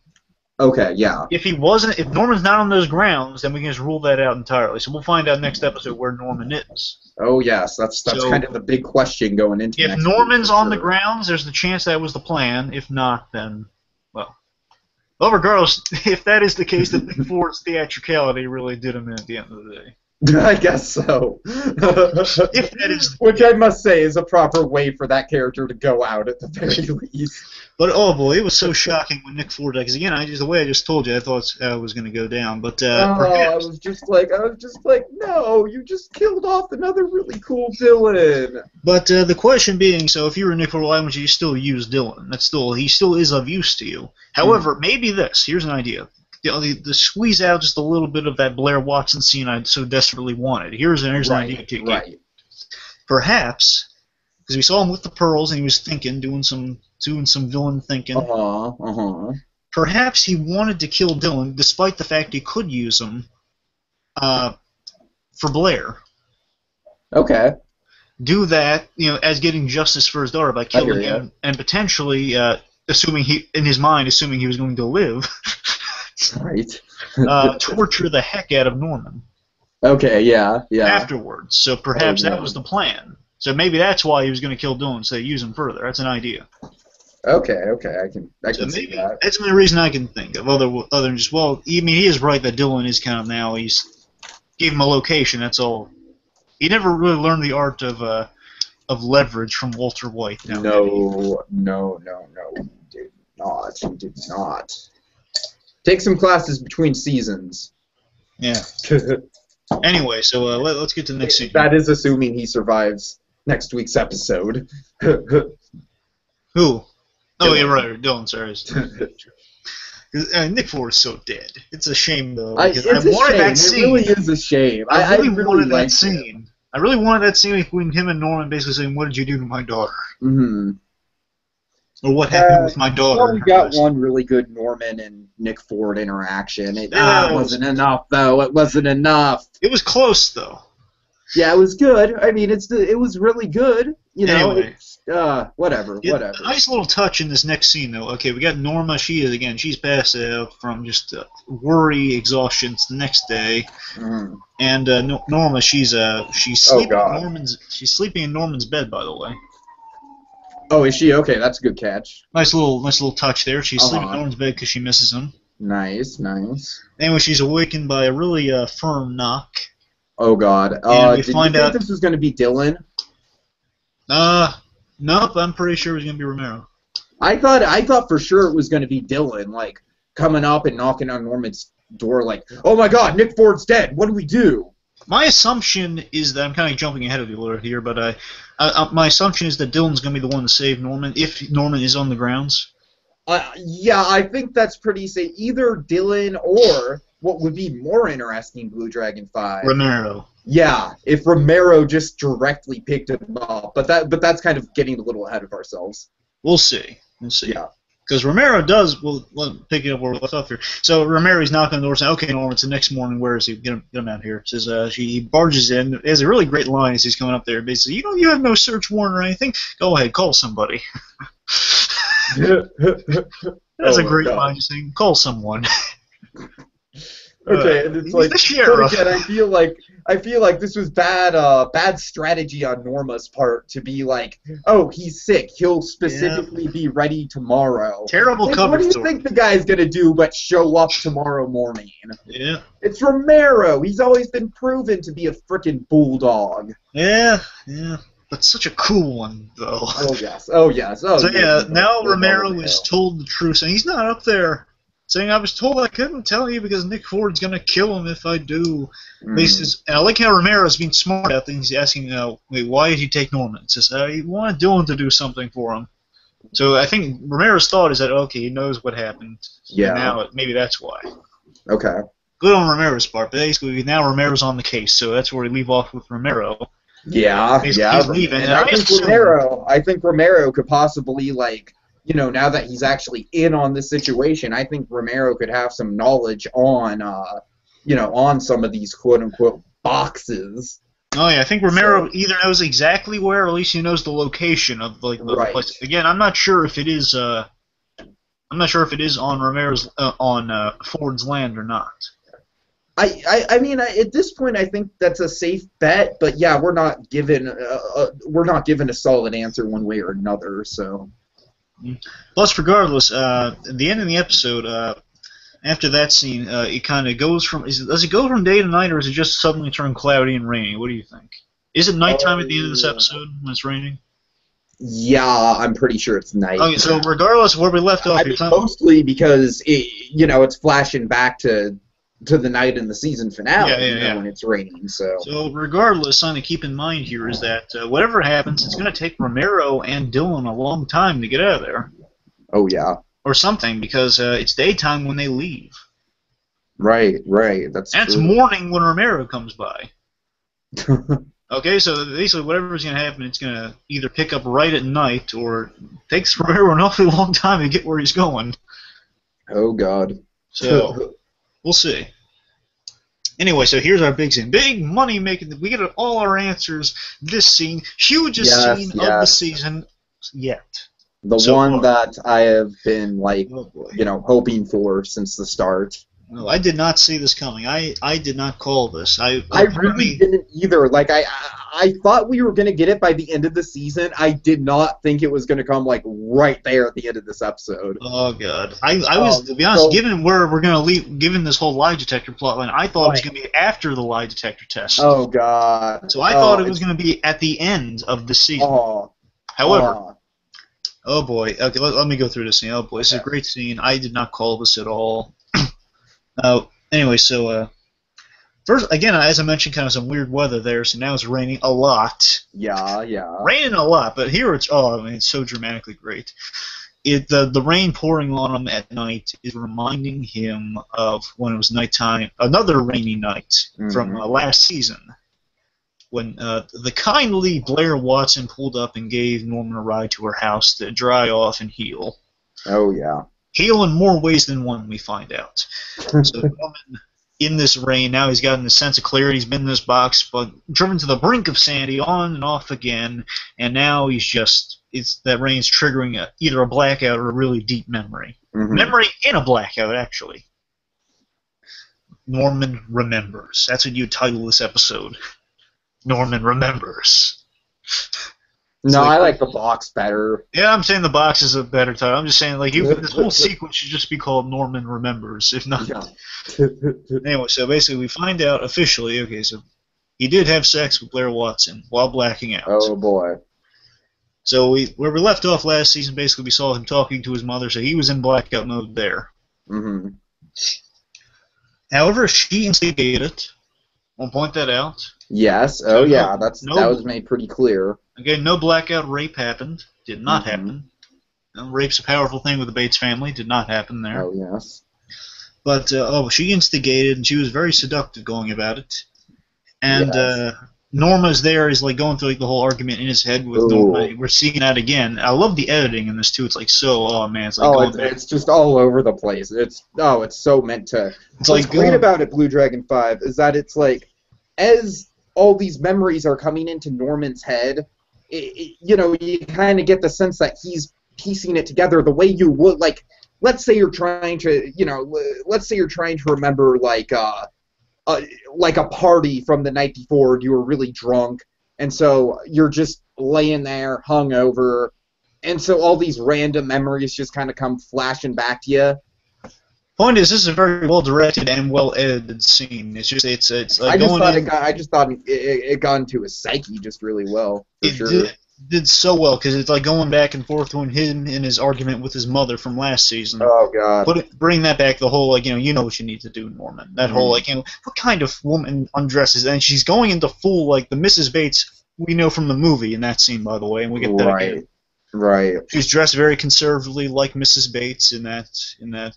Oh, good catch! Yeah. I pointed out even last season that she's dressed similarly to Mrs. Bates when we find her. So I like how in his mind, that's the Norm Bates. Oh God! Oh, that is so creepy. Oh, that's. And then she's being real stern. Like that's the stern. Basically, Norma in that scene is pretty much the Norma Bates we eventually end up with. Right. Oh God. So again, BlueDragonFive, I am frightened for the future of this show. Oh yeah. So the point is, so Norma. Of course. Yeah, it's going back and forth and basically saying, what kind of woman undresses in front of a young boy like that? Of course, she has the intentions for you. Why is she undressing right in front of you so seductively? Mm-hmm. And then basically we see, it's really the way it's done. It's so kind of graphic yet not showing. Oh God. Yeah. However, I will say the sticky hand shot really creeped me out. Yeah, that was. Oh boy. Yeah. Boy. I think that was a little much. Speaks for itself. It kind of reminds me of that shot when Norma's being raped in the right in the past. Boy. Oh, uncomfortable. Point is, uncomfortable. We see Miss Watson. She's in that little get-up of hers. She's bending down. They got a lot of POV shots, and all the shots are in the promos, by the way, of her being remembered. Right. And let's just say Norman is in the optimum position. Oh boy. And for some reason, I guess it's logical because I guess people have pocket knives that he would have this knife in his jacket pocket. That's what I wanted to ask you. It was a pocket knife. I don't know. It looked just like a knife, but it was like a folding knife, I guess. Okay. It looked kind of like it was either that or a straight razor. I'm not sure. Because to me, getting the blade, whatever the hell blade it was kind of the one thing where I was like, wait, how exactly did he get the knife? Well, look, it looked kind of either like it looked kind of like a straight razor, yet when it's in the sink, it looks a little more like a knife. Okay. You know what I would have loved to see here? I would have loved to see like them getting so like down and dirty with each other, like just like pushing themselves into the kitchen, right? Mm-hmm. And then you see like she had like I don't know, like some sort of dinner left out, and there's a knife on the table, and then as Dylan as Norman and her are just like just going at it very uncomfortably. Not Dylan, Norman. Yeah, I know. Sorry. Oh God, with Dylan it would be slightly less uncomfortable, I guess. That'd be a weird threesome. Oh no, oh God. Oh my God. The point is, either the knife. The only rationale I have for the knife, unless we find out a little more next episode, it's I assume it's kind of like a pocket knife of sorts. Right. Okay. Yeah, if it's a pocket knife, I'm assuming some sort of pocket knife, perhaps. Yeah, that's the only way he would have it. Perhaps something that he asked for taxidermy. Actually, that's a good point. Maybe it is for taxidermy. Yeah, I actually just thought about that. So that might be a better solution. Either a pocket knife or something for taxidermy. Something like you would have on his regular jacket, I guess. Well, it was in his dressy. It was in his dressy jacket, though. I'm not sure. Either way, it wasn't there. Yeah, I don't know. Point is, he had a knife in his jacket. He was in the optimum position when her neck was like kind of laid over the bed when he was finishing the deed. Oh yeah. He had the knife, and basically, I like it. They don't really show it, but they show like the knife moving. And like the music cue also, it's like the perfect. Again, very Hitchcock-esque. Homaging that shower scene Oh, in a yeah. way. Of course, of course. Just the death and then the washing of the knife and the blood going down the sink's an homage to the shower scene. Oh, yeah, absolutely. And then him grabbing the pearls. We Oh. find out officially that Norman did in fact, and he remembers it now, so Norman is well aware, and I like the little shot of him kind of, he's like all fuzzy and in blackout mode until he like, sees himself in the reflection of her getting awfully friendly. Yep. And like he kind of goes into clarity, so he's remembering it now, and oh boy, he knows what he is, he knows what he becomes, Oh, God. and he knows what he did. He killed someone he cared about. And Blue Dragon 5? What better way to end this episode off than with a classic Darth Vader style? No!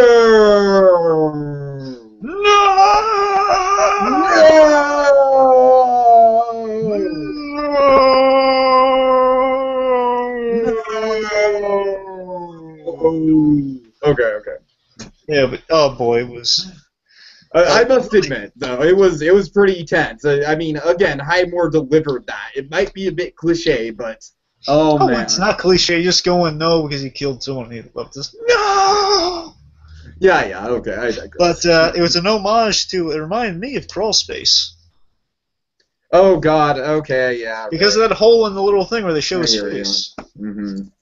Oh boy, I feel so bad for Norman. But yeah, so the point is he knows his mother knew about this and did not tell him. Yeah, or at least that's the big secret. Oh God, that's what we've been waiting for all season. As we leave off, oh my God! Let's first of all let's go through Dylan's survival count here. So what's our percentage here for Dylan's survival rate?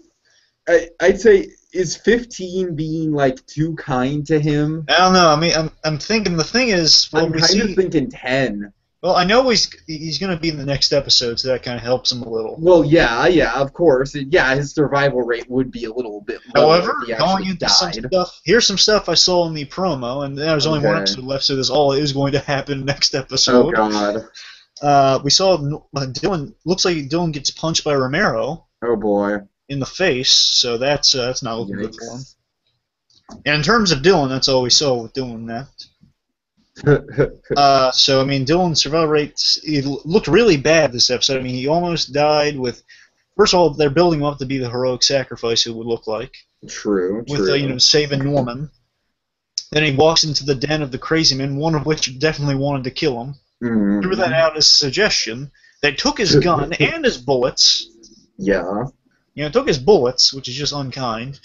Then he's in the throes with Nick Ford, and then he almost dies at the hands of Nick Ford right there. And more importantly, though, I love the way they leave it, though, is really dangerous, because Dylan, first of all, he killed the big drug guy, so that's going to have some ramifications right there. Oh yeah, very Gustavo Fring style ramifications, I would say, possibly. Well, I don't think Dylan's going to become the next drug kingpin. I actually think if he survives and goes into season 3, I think Dylan becoming the next drug kingpin is actually a very plausible direction they go in. Well, I mean, I'm kind of kidding because I was just thinking of how Walt became. Well, I mean, of course, it wouldn't be like Breaking Bad.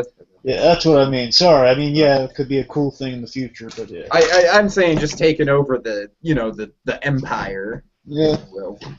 No, regardless, that's going to be whatever happens with Zane and the gang. That's probably when that would happen for him. But point is, yeah, his survival rate's not looking good. He's going to have to pick sides between Zane and the sister, so that's not looking good. The point is where he was left off. He's just running outside after a kill the guy. Plus, the little detail here always bothered me. Yeah. Nick Ford, perfectly good gun on the floor, does not take the gun when he runs away. Yeah. On Nick Ford's grounds, by the way. So... unarmed, running away after you killed the boss. Oh, it doesn't look good, Blue Dragon 5. I don't know. What do you think? 10% or 15%? It's like we're giving it's like we're tipping someone here. What do you think is a fair percentage here? I don't know. I think it's some pretty 11th hour stuff for Massett. All we know is he's gonna leave. He's gonna survive to see next episode because he's gonna get punched by Romero, but it's still not looking good though. I don't know. No, wait, 10 or 15? I'd put it right around 12. How about 12? That? Right in the middle. Okay, 12%. 12%. Oh, God, not looking good. No, not Okay. looking good for Dylan at all. Okay, now here's the stuff we do know from the little teaser, and then we'll speculate from there. Yes. Here's stuff we are confirmed that we did see visually, and I finally saw that shot you were telling me about.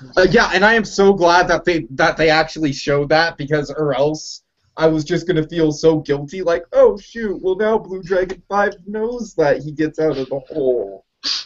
But well, there's only one episode left anyway. So. Well, yeah, I know, but Anyway, I don't so know. Regardless, I'm glad that little loose end was kind of tied up when I told you that.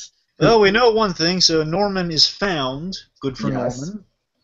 We don't know by who, but Norman is found. I think the best case scenario in terms of the plot would be him being found by Romero and taken to that famous fingerprint scene, or the polygraph scene. Well, no, he's going to get cleaned up first. So I mean, regardless, even if Romero does find, he's going to give him some time to clean up after the ordeal he's been through. Because of one of the scenes we got at the end of this thing, remember? Yeah, that's Norman, true. presumably after being in the cold, or at least having a cold, he looks like he's been through heck. He's talking to Norma with some hot tea in his hand, so obviously he's going to get some time to recoup before he's going to Very be true, tested. very true. All right. So regardless, we got that. So either that, I would like Dylan to kind of get a moment of heroism finding him, though, perhaps, if he is on the grounds. Mm-hmm. I'd like that for him. Nice little moment of heroism, and not dying, hopefully. But otherwise... as soon as you freeze Norman, dead. Well, no, we know he's going to get... Just shot by one of Ford's miscellaneous guards. All we do Shot know by is... Eric. Eric kills him. No, we know Dylan's gonna be punched by Romero. So that it's not the best way to live by, but it's better than dead. So I mean, he's gonna get punched by Romero in what looks like the Bates Motel. So at least he's gonna survive that. Okay. So there's that. So basically, Norman, he's drinking his tea and he's with Norma, and basically Norma says, "Oh, so glad you're safe." And then Mrs. Mother, I know what happens to me when I black out, essentially. Oh, God. And Norma has this terrified look on her face. Then Emma is told about Norma's ordeal. Yes. We don't know which rape he's talking about because she's. I'm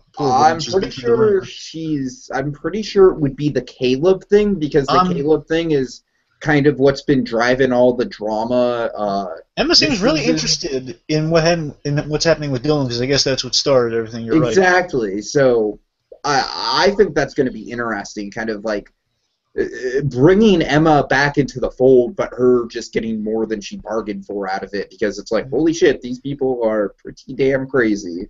Then, oh boy, it gets amped up even more because we have Norman and the lie detector test, which is now that he knows. I'm really worried.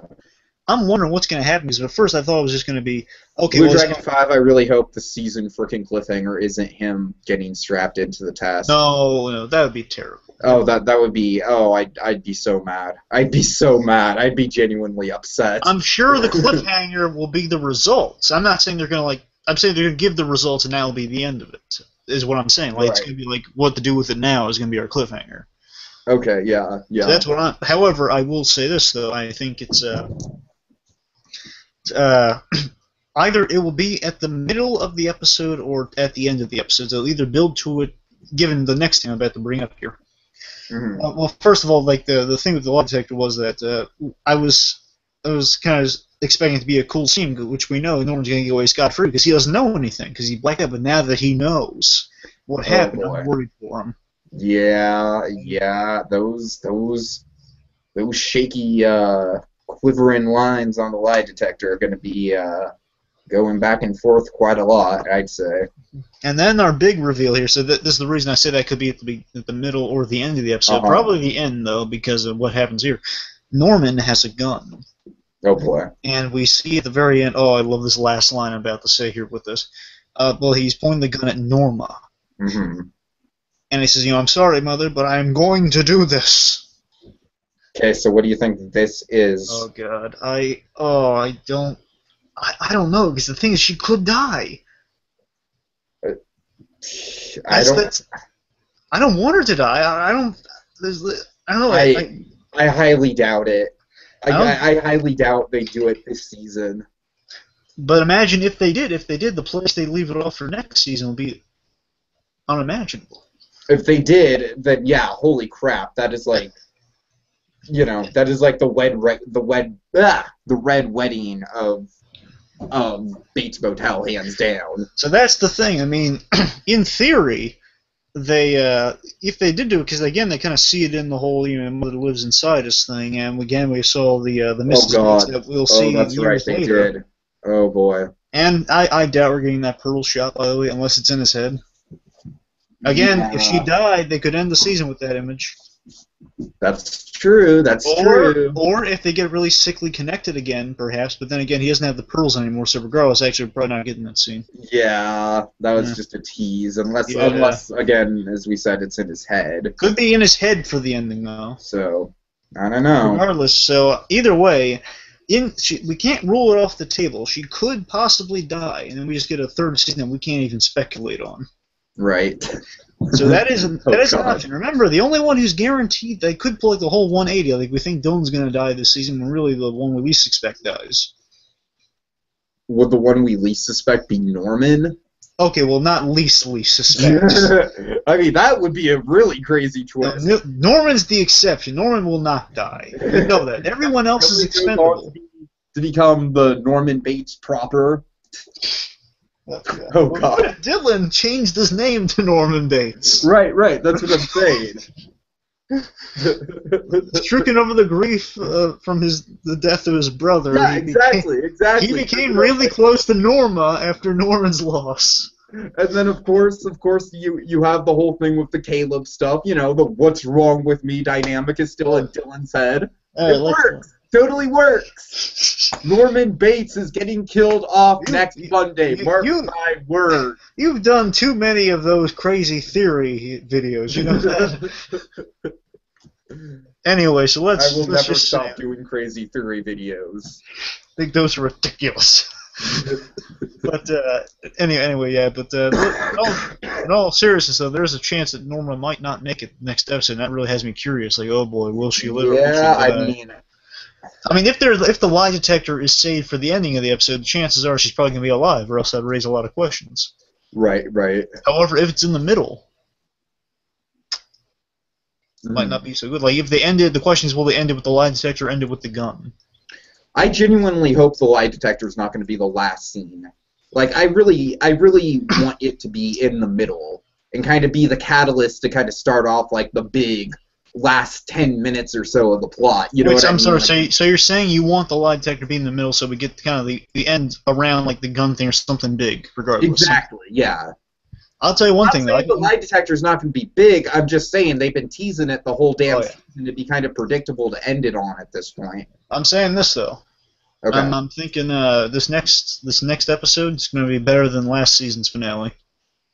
I would say so. I think last season's finale was a little weak. It definitely had its moments. But No, it had a great ending last season, but I'm still saying, though, it was pretty much, you kind of gather the things you're going to work out from Mrs. Bates, because you can't kill her off yet in the first season. Right. No. So, yeah, a lot more loose ends to tie up, definitely, for sure. Oh, boy. Oh, God. And next episode is called, It's called The Immutable Truth. Oh, boy. So, yeah, lots of lie detector analogies going on there. Oh, it's just the idea of Norman holding a gun on his mother and a sick place of love. Do you think he could possibly be talking about killing himself? No, he's pointing it at her. Okay.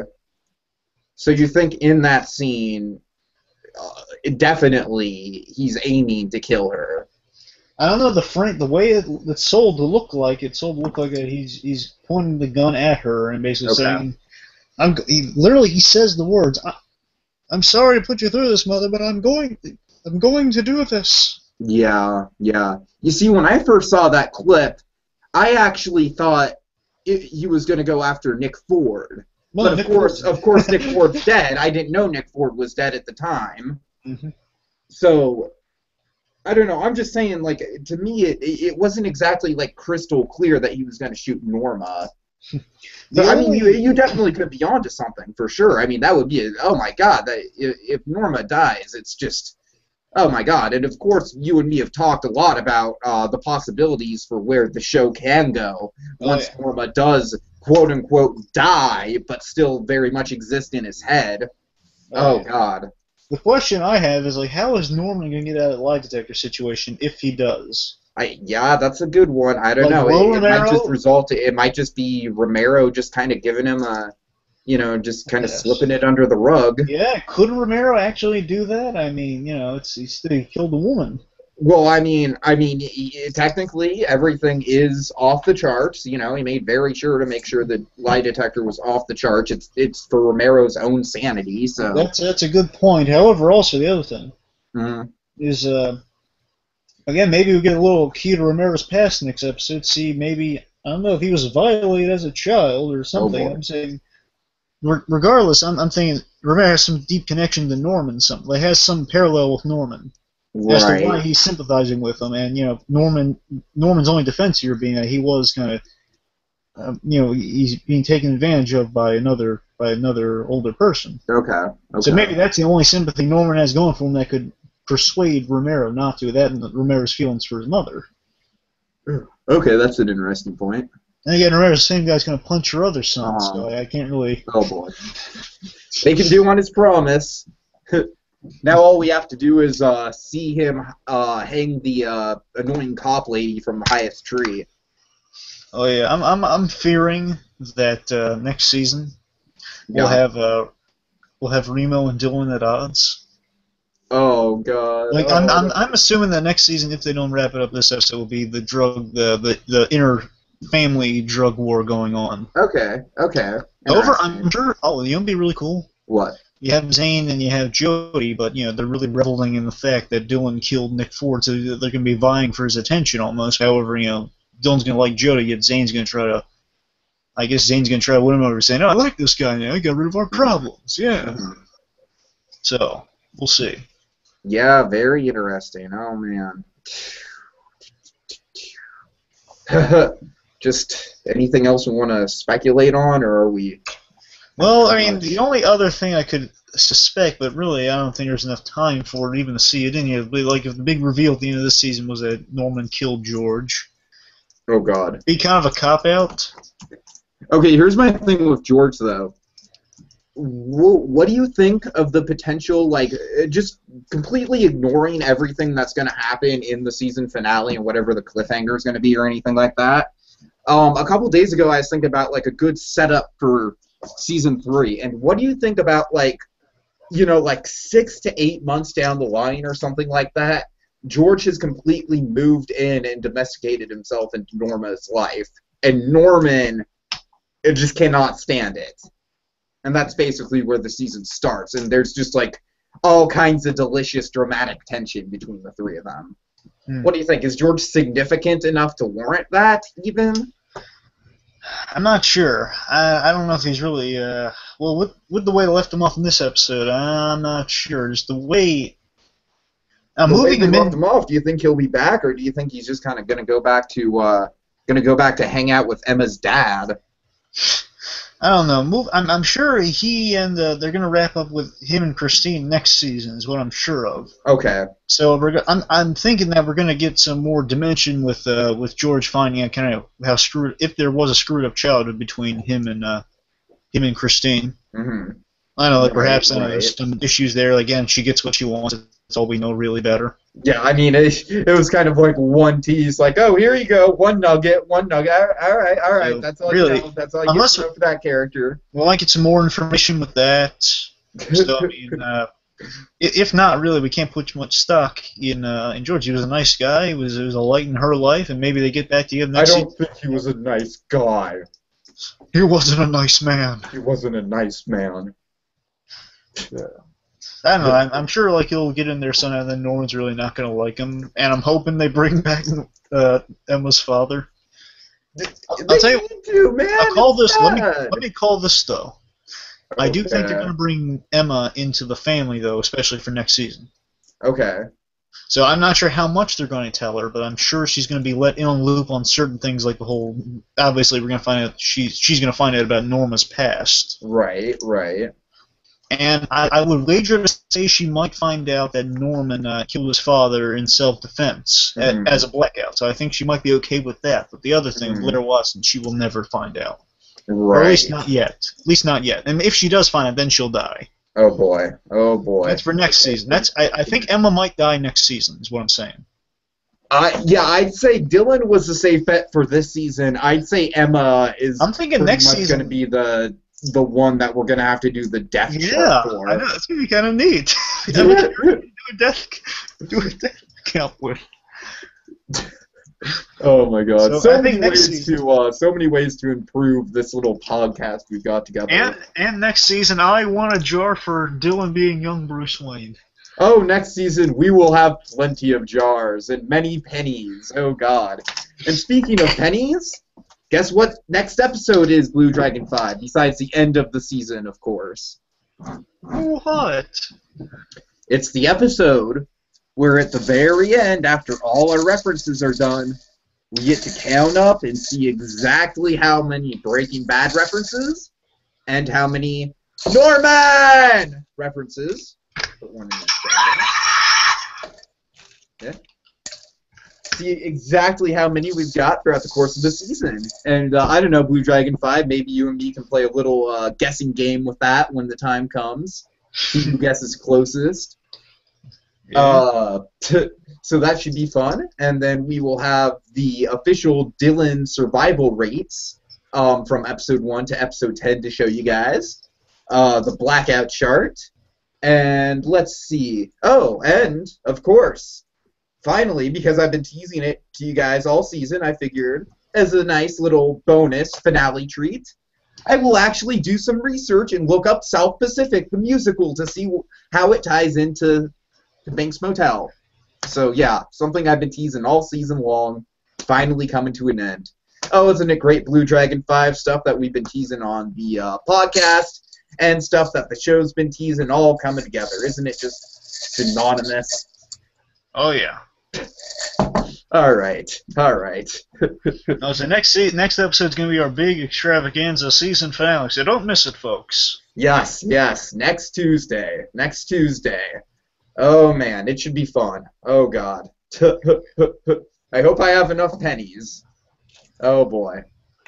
All right, so yeah, thank you guys all for watching, and we really hope you enjoy this. Me and BlueDragonFive have a lot of fun doing these recaps. Oh wait, actually, hold it, Tiki. What? Can you take a penny right now?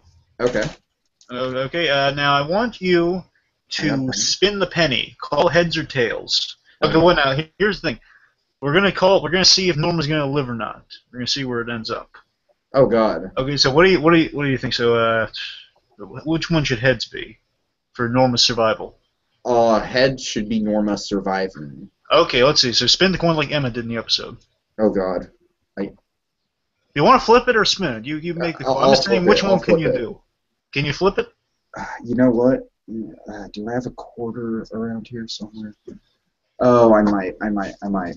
No, screw it. I'll just flip it. Yeah. All right. Survival. Oh, looks like she's going to survive. All right, let's see where that goes. All right. All right, that's the most informative predictions ever, BlueDragonFive. Like, my God. Okay. So yeah, thank you guys all for joining. Next episode, the season finale, will definitely be a very fun ride. And yeah, that's about it. And all right. BlueDragonFive, you still there? Yes. Oh, okay. I'm sorry. You want me to? Yes. Close this out. All right.